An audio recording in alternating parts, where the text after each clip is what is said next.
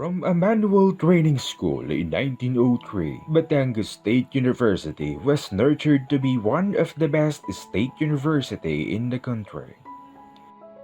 Basics: brand of excellence, access, social relevance, inclusive innovation, capacity, and sustainability. These are the pillars of excellence that the university is gearing towards its vision of achieving national relevance and global presence, and to remain on its goal of leading innovations, transforming lives. Bachelor of Science in Electrical Engineering is one program in the university that plays an important role in cultivating students' engineering practice ability. The program focused on improving its performance and gearing to meet the future-oriented engineering industry's demand for high technology and creative talents. The program carried out the curriculum innovation and teaching reforms, not only to nurture the students on basic theory, knowledge and skills in their discipline, but also to train the students to discover their practical and creative ability, improve their engineering consciousness, engineering quality and engineering practice ability, lay a good foundation for future study, and application of a deeper, more professional knowledge and skills.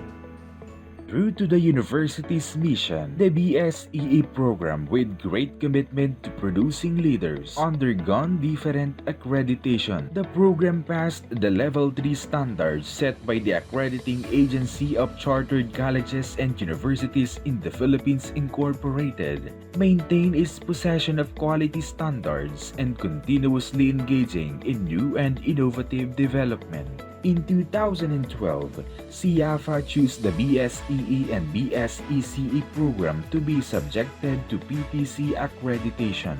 The accrediting body saw the program's compliance to all its criteria that make it the first programs in the university to receive the PTC accreditation, and making the university the first state university to be PTC accredited, setting the standard worldwide.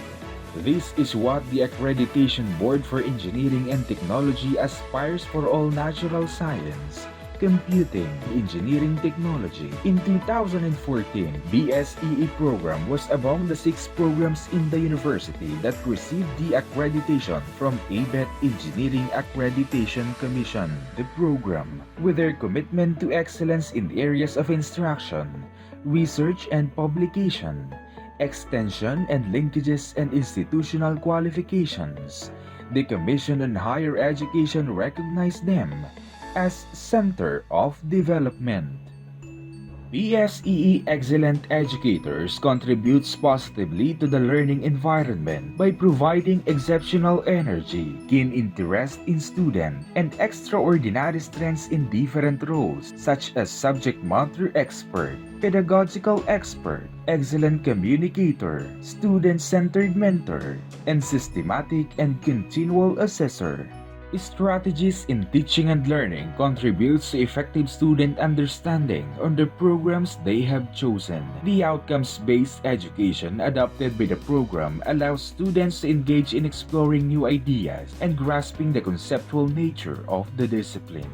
Excellent performance is demonstrated by the graduates of the program in the licensure examination starting from 2014 until present. The said percentage of passers proves that the graduates of the university are diligently striving hard to achieve their dreams. Furthermore, the university continued to be held as one of the top performing schools in the registered electrical engineer and registered master electrician licensure examination with 50 and above examinees, making a name amidst the top universities competing for the same title. Research, as a prime factor of the university, is continuously pushed and supported.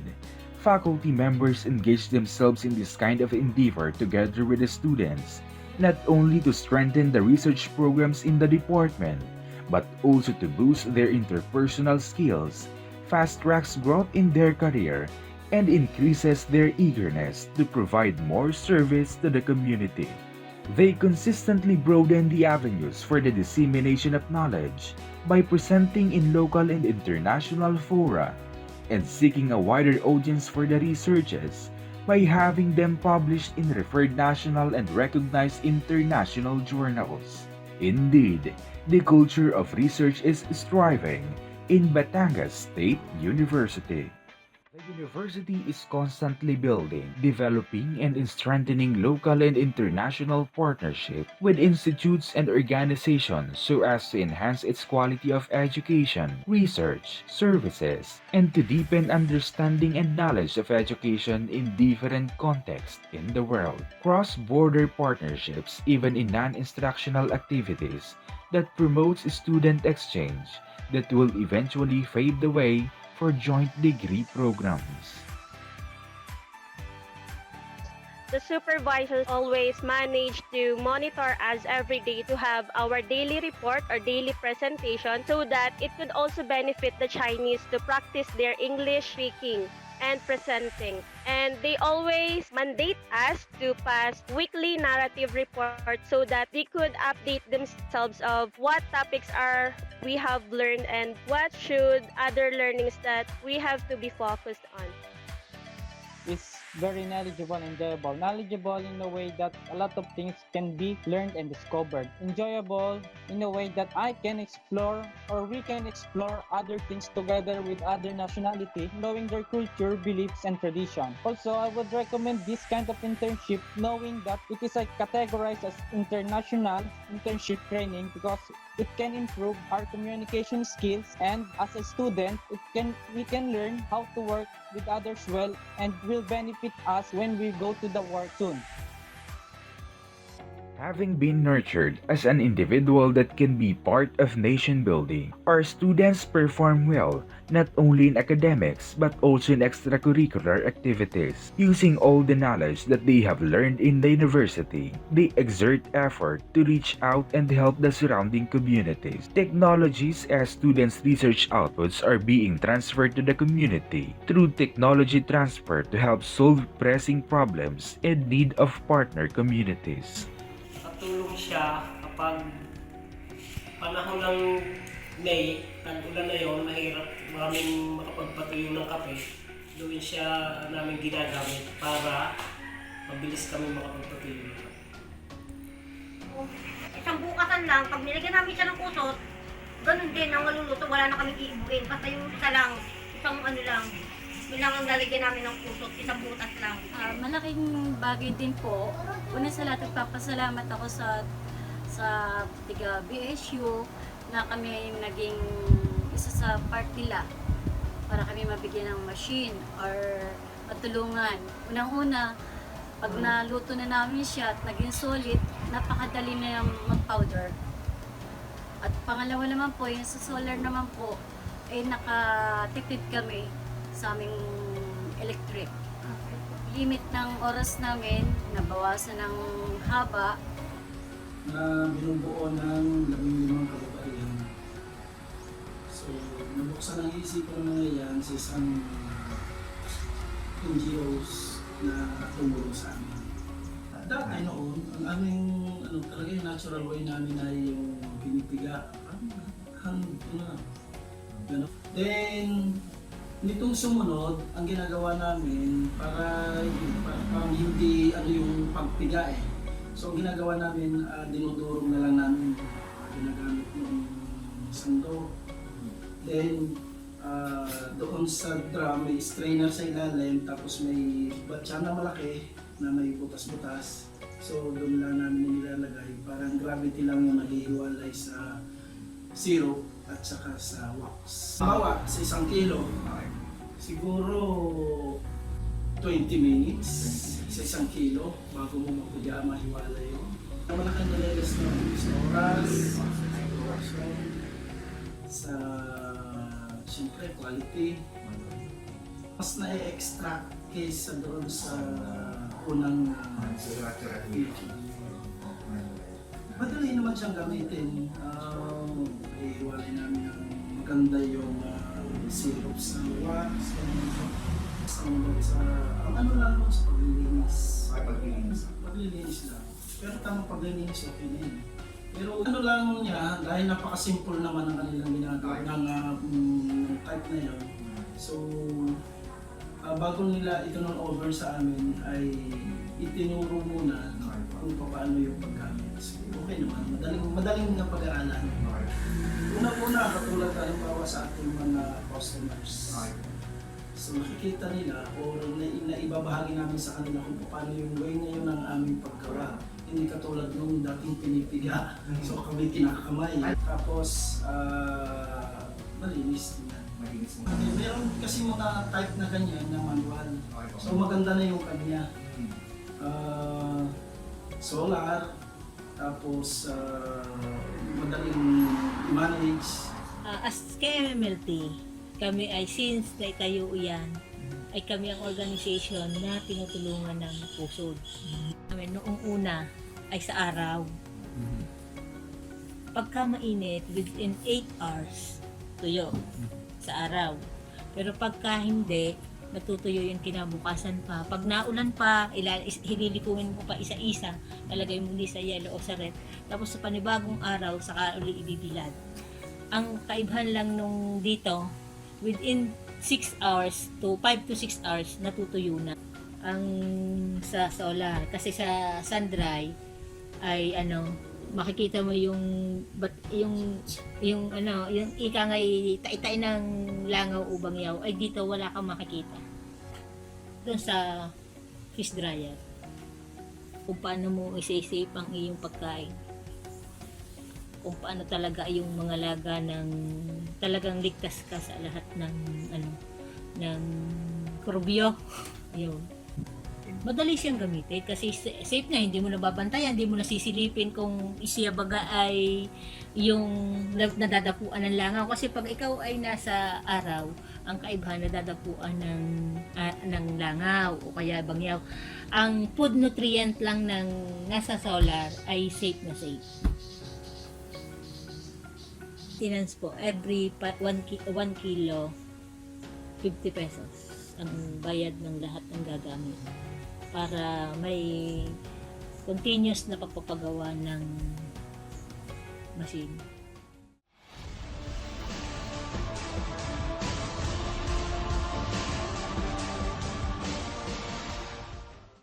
So the members of the EE faculty are known to give board exam level examination. So at school level, so we are already preparing for the board exam.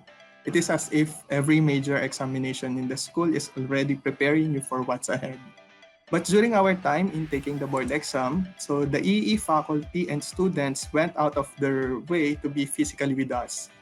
The day before and during taking the board exams, preparing our food, the things that we need to bring for the exam, it's just like having another family supporting you at your most awaited day. It boosts your morale, and that it made me feel I am not alone in this. I have my family, friends, and the whole EE department praying for me and for us. And it really helps in adding more positive outlook, knowing that you aren't the only one rooting and praying for yourself. Batangas State University Electrical Engineering Department, they guide me, they will me to improve, make strength in my chosen profession. Yun nga, nagbigay sa akin ng matibay na pundasyon sa aking profession ngayon. Years became our foundation in our chosen field. So the experience may be difficult, yan. Compared to other school, I think yung engineering sa BSU is mahirap. Pero it molded us to be a better person at a better professional na ready sa mga challenges sa profession natin. Kasi mahalaga talaga sa profession natin yung resilience and yung pagiging matatag. So yun yung binigay sa atin na preparation sa atin ng BSU.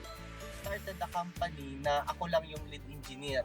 And some of our employee or yung mga ka-office, dalawa silang OJT from Batangas State University Electrical Engineering. And we ran the company na kami lang tatlo na nandun kami sa operation. And dumating pa sa point na yung head namin ng design and cost estimate is OJT. which is very unusual for a OJT to be the head of one department since ako lang talaga yung engineer ng aming company as a pioneer. So parang ang galing naman ng OJT ng Batangas State University. Parang kahit estudyante pa lang sila, napaka-effective na nila. Establish namin yung aming department na kami lang tatlo. They are so productive. I have attended my secondary, both secondary and my collegiate schooling sa school natin. And so that means I've been on that school medyo mahaba ng panahon, buong high school ko, buong college ko, and all. And I'm really proud na maging part ng Batangas State University. Looking back, kumbaga, yung school natin noon and ngayon, makikita mo, it's very evident yung mga na-achieve ng school, and of course, the people behind, So, I'm so happy na naging part ako, na nakikita ko ngayon yung how successful the university is. And I'm really, really proud na part ako noon. And kumbaga, I won't hesitate to take part in any endeavor na I could take part para makatulong in a way sa ikabubuti pa ng school natin. I can still recall that we have coaches and group advisors that wants to see students succeed in their life. In short, they are preparing each student for future after college, not just for the next game. They understand that there are so many possibilities for us after our time here in the university. And they want us to be prepared for anything. So our professors always make sure that we're not just exam oriented, but they make sure that the concepts are being understood and will stay with us for a long time. And this is what's happening to us. We are applying what we have learned from them and what we have acquired from them. I was proud of the fact that how they manage and develop their students to be an excellent individual. So both in academic, of course, and their character. College is like a training ground for me. So this one, because college provides education, like giving full of knowledge to draw me at the beginning and throughout my chosen profession. Also, the faculty and the student, they also help me to excel in terms of critical thinking, leadership, teamwork, work ethic, and career management. Electrical engineering department is like an invaluable step on the way towards obtaining my chosen career, so that I'm dreaming of. And they help me to kick off my specialized learning in electrical field that I'm still continuing to apply throughout the journey of being professional engineer. The Batangas State University, so especially when you are in the stage of finding a job, so locally or internationally, when the employer know that you are graduated in Batangas State University, so they know that you are effective and efficient. How did the Batangas State University Electrical Engineering Department made me today? What I could say, what they did is the carrot and the stick. They reward whatever the hard work and they push you to do your best. Of course, you should always count the students that are backing us, your peers and your lower classmen who actually looks up upon you. How to produce globally competitive graduates.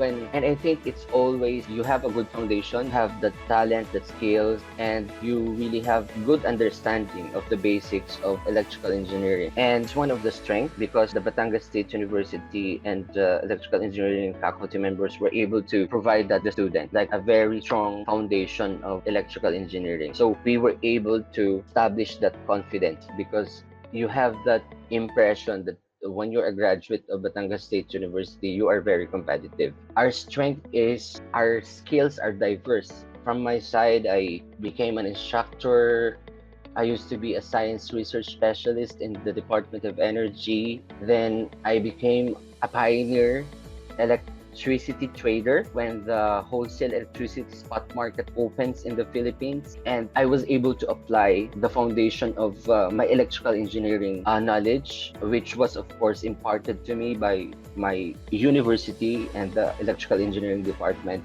instructors. After that, I became a contracts and accounts manager in the MCI because they have seen my potentials. I wasn't limited to becoming or functioning as a contracts and accounts manager dealing with all electricity contract.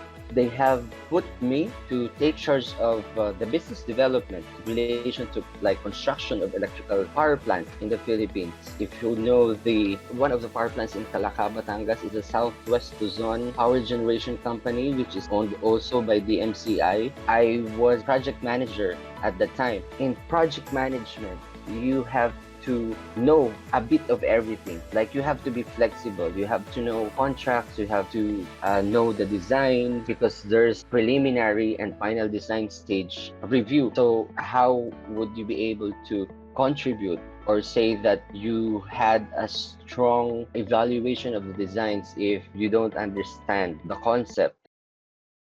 As Colin Powell says, there are no secrets to success. It is the result of preparation, hard work, and learning from failure. With this in mind, success is therefore not achieved by a single factor alone. We, in Batangas State University, believe that is a collaboration of the talents and efforts brought about by stakeholders who selflessly pushed BatStateU to where it is now.